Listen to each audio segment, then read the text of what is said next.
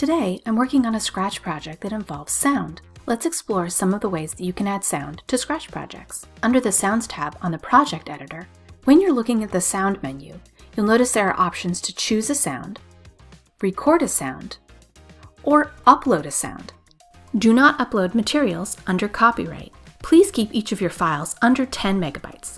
And be sure that your upload follows the community guidelines and does not reveal personal information.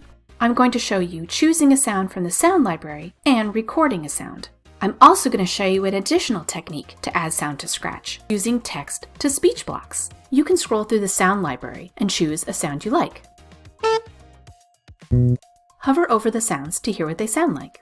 Back on the Code tab, I have a couple of choices for sound blocks. Let's choose the Start a Sound block, and I'm going to choose the meow sound. Let's put it before this Say block and see what happens.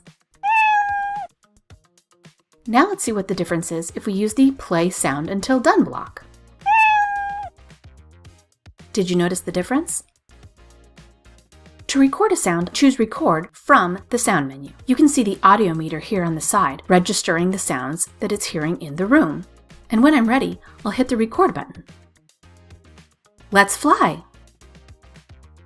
I can check it out to see what it sounds like. Let's fly!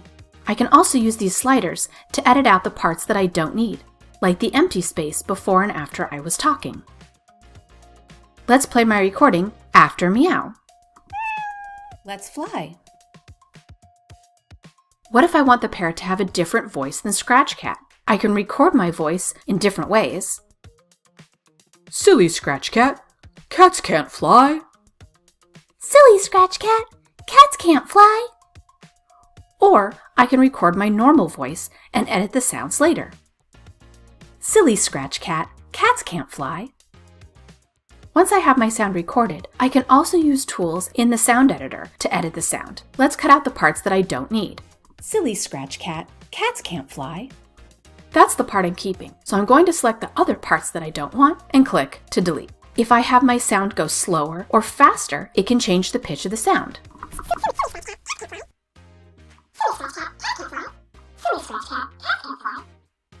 Now let's test our whole program. Let's fly. Silly Scratch Cat, cats can't fly. Maybe I don't want to record my own voice. Maybe it's too loud in the room where I'm at, but I would still love my users to be able to hear the words as they're being shown on the screen. Let's try the text-to-speech extension. To find that extension, I'm going to go down to this menu in the lower left-hand corner, and I'm going to look for text-to-speech. Notice that it says this requires the internet.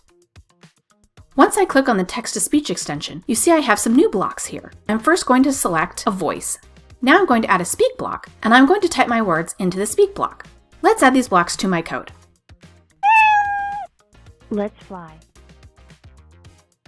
This is all looking pretty good, but let's try a little technique that I like so that the words appear on the screen at the same time that they're being spoken. To do this, I'm going to go back to my Looks category, and instead of grabbing a Say block with a time associated with it, I'm going to grab two Say blocks that have no time associated with them.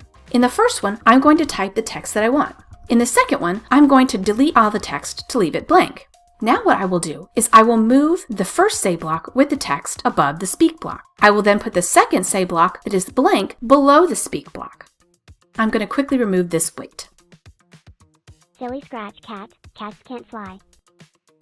The words appear on the screen for as long as it takes to speak them. Let's fly. Silly Scratch Cat, cats can't fly. The possibilities are endless. What will you create?